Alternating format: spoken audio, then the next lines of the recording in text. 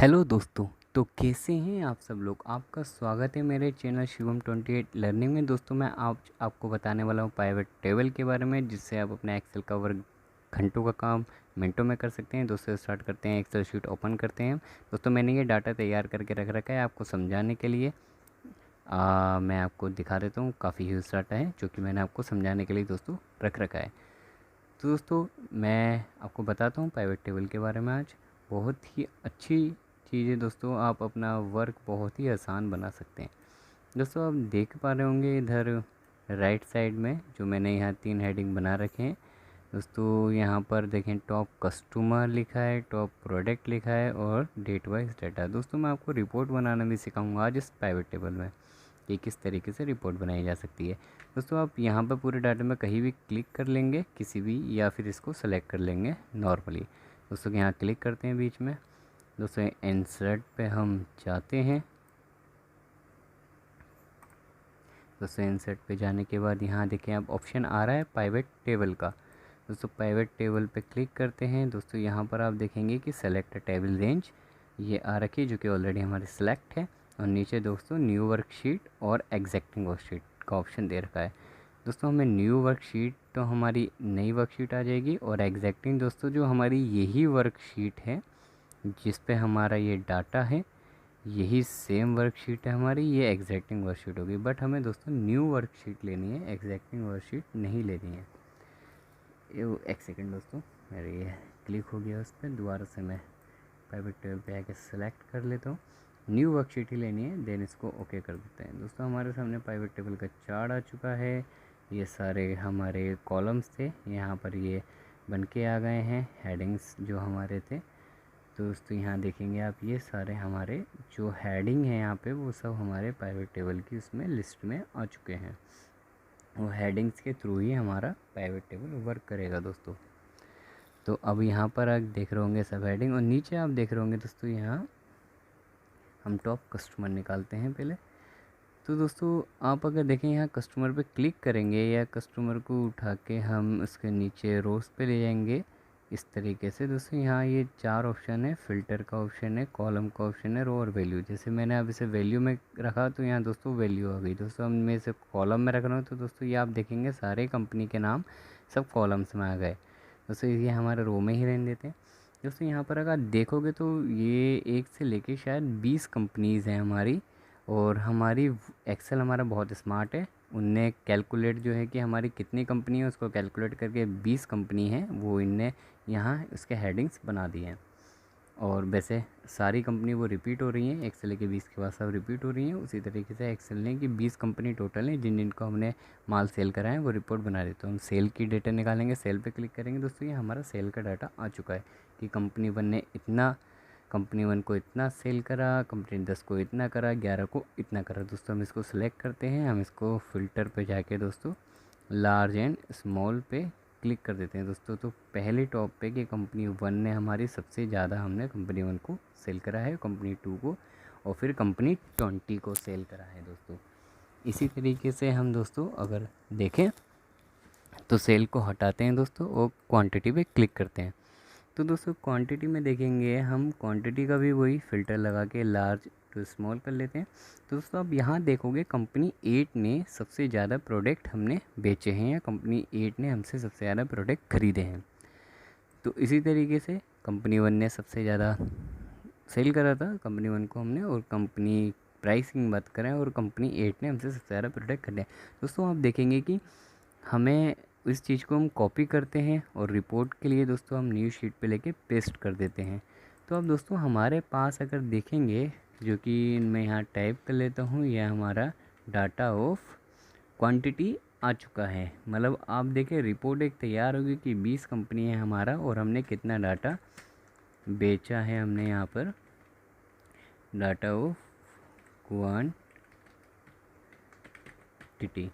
तो हमने दोस्तों ये रिपोर्ट के लिए हम यहाँ पर तैयार कर सकते हैं। इसी तरीके से हम दोस्तों पाइवट टेबल पे आते हैं, हम क्वांटिटी को हटा देते हैं और सील को क्लिक कर देते हैं और सेलेक्ट करके दोस्तों फ़िल्टर लगा देते हैं। इस पर फ़िल्टर हमने लगा दिया दोस्तों। यहीं से हमें इस चीज़ को यहाँ से कॉपी करते हैं और दोस्तों हम शीट पे जाके यहाँ, एक सेकेंड, यहाँ पेस्ट कर देते हैं। तो दोस्तों आप यहाँ मैंने कंट्रोल वी से पेस्ट कर दिया।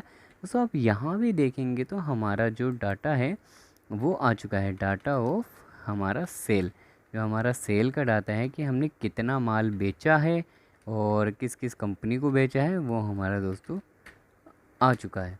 दोस्तों इसी तरीके से हमारा ये टॉप कस्टमर कह लें या फिर जो टॉप कस्टमर ने किसने सबसे ज़्यादा माल ख़रीदा और किसने सबसे ज़्यादा क्वांटिटी ख़रीदी, कितने सबसे ज़्यादा बेचा हमने, किसने सबसे ज़्यादा क्वांटिटी ख़रीदी। तो इसी तरीके से दोस्तों हम प्रोडक्ट को भी डिफ़ाइन करते हैं। प्रोडक्ट हमारा डिस्क्रिप्शन दे रखा है, डिस्क्रिप्शन में दोस्तों प्रोडक्ट दे रखा है, तो हम प्रोडक्ट पे डिस्क्रिप्शन पे यहाँ दोस्तों वैसे हम फ़िल्टर लगा सकते हैं। मैं एक फ़िल्टर की बात करना भूल गया, मैं फ़िल्टर लगा के यहाँ कंपनी एक, जैसे हमने एक कंपनी का केवल डाटा देखना है, यहाँ हम फ़िल्टर लगा कर देख सकते हैं दोस्तों। जैसे कि यहाँ हम 2 कंपनियों का देखते हैं तो यहाँ क्लिक करके यहाँ फ़िल्टर ऑप्शन में जाके फ़िल्टर लगा कर देख सकते हैं। मैं एक सेकंड दोस्तों थोड़ा सा वेट, यहाँ मैं यहाँ से ना रोज़ में रखता हूँ दोस्तों। अब यहाँ हमें क्लियर समझ में आ रहा है कि कंपनी एक ने इतना, हम देखना चाह रहे हैं कि और कंपनी, ये 2 सिंगल कंपनी का देखते हैं, कंपनी 1 ने हमारा इतना सेल हुई। तो दोस्तों हम ये फ़िल्टर लगाकर हम जिस पर्टिकुलर कंपनी का देखना है वो देख सकते हैं। जैसे मैंने यहाँ ये 20 और 19 सेलेक्ट करा है तो तीनों कंपनी का डाटा हमारा दोस्तों उठ के आ गया। तो ये फ़िल्टर दोस्तों इस तरीके से लगा के आप सिंगल भी देख सकते हैं कि जैसे मैं आपको दिखा रहा हूँ उस समय करके। दोस्तों अब मैं एक चीज़ और बता दूँ, हम टॉप प्रोडक्ट पे जाते हैं दोस्तों। तो हमारा यहाँ पर जो प्रोडक्ट है, यहाँ देखेंगे दोस्तों डिस्क्रिप्शन में, इसे हटाता हूँ सेल को भी, डिस्क्रिप्शन में जो फ़िल्टर भी मैं डिलीट कर देता हूँ। डिस्क्रिप्शन दोस्तों यहाँ जाएंगे हम, जो हमारा डिस्क्रिप्शन है वहाँ वो प्रोडक्ट है। आप देखेंगे यहाँ प्रोडक्ट में जो डिस्क्रिप्शन में हमारे प्रोडक्ट आए हैं दोस्तों, मैं यहाँ जाऊँगा, मैं इस पर क्लिक करता हूँ दोस्तों। तो यहाँ ये हमारे 10 प्रोडक्ट हैं जो कि वो बार बार रिपीट हो रहे हैं। अगर आप उसमें जाएंगे तो आप देखेंगे डाटा यूज़ डाटा है, वही प्रोडक्ट तो हमारा एक्सेल इतना स्मार्ट है कि उसने हमारा 10 प्रोडक्ट उनने काउंट कर लिए कि 10 ही प्रोडक्ट है जो कि बार बार रिपीट हो रहे हैं दोस्तों। यहाँ डिस्क्रिप्शन पे जाके दोस्तों मैं यहाँ पर customer name, no customer name पे वो कन्फ्यूजन, कस्टमर हटाता हूँ दोस्तों। मैं यहाँ पर क्वांटिटी पे क्लिक कर देता हूँ। तो दोस्तों यहाँ पर ये हमारी क्वांटिटी आ चुकी है और मैं इसे फ़िल्टर लगा के लार्ज टू स्मॉल कर लेता हूँ। दोस्तों आप देख पा रहे होंगे कि यहाँ पर क्वांटिटी आ गई है कि कौन सा प्रोडक्ट की मात्रा हमें कितनी सेल हुई है या कितना प्रोडक्ट कौन सा गया है।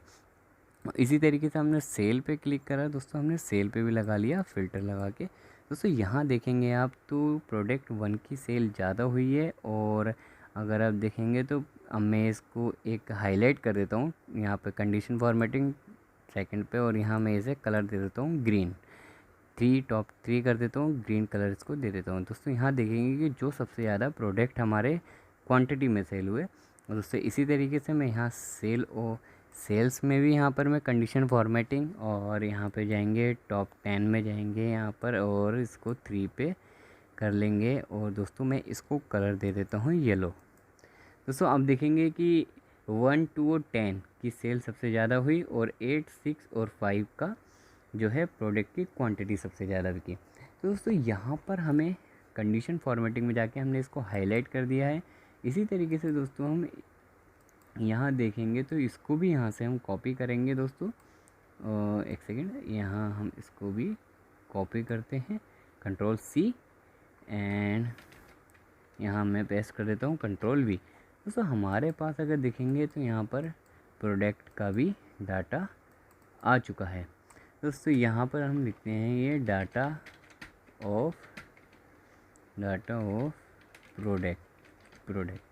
तो दोस्तों आप देख पा रहे होंगे कि हमारा प्रोडक्ट का भी डाटा आ चुका है। रिपोर्ट बनाने के लिए दोस्तों बहुत ईजी है कि हमारे इतनी क्वांटिटी, और यहाँ प्रोडक्ट का डाटा भी हमारा दोस्तों कंप्लीट हो चुका है। यहाँ मैं इसको भी कलर कर देता हूँ कि जो जो हमारा क्लियर हो चुका है दोस्तों। इसी तरीके से डेट वाइज डाटा और बताता हूँ दोस्तों कि डेट वाइज डाटा हम कैसे निकालेंगे। तो यहाँ शीट पे जाएंगे और इसको यहाँ हटा देते हैं दोस्तों, सब सारे क्लियर कर देते हैं दोस्तों। यहाँ डेट पे क्लिक करते हैं तो आप देख पा रहे होंगे कि यहाँ पर जो डेट है वो सारी डेट शो हो गई है। मगर हम जिसको दोस्तों यहाँ पर ना डेट को हम कर लेते हैं यहाँ एडजस्ट करके कि हमें जनवरी का चाहिए, नहीं जनवरी में कोई हमारा नहीं थी सेल। दोबारा जाते हैं दोस्तों, हमें अब लेते हैं यहाँ मार्च का लेते हैं दोस्तों। मार्च में दोस्तों तो यहाँ मार्च की हमारी सारी डेट आ चुकी है। आप देखेंगे नीचे यहाँ पर ये पूरा मार्च के मंथ की डेट आ चुकी है।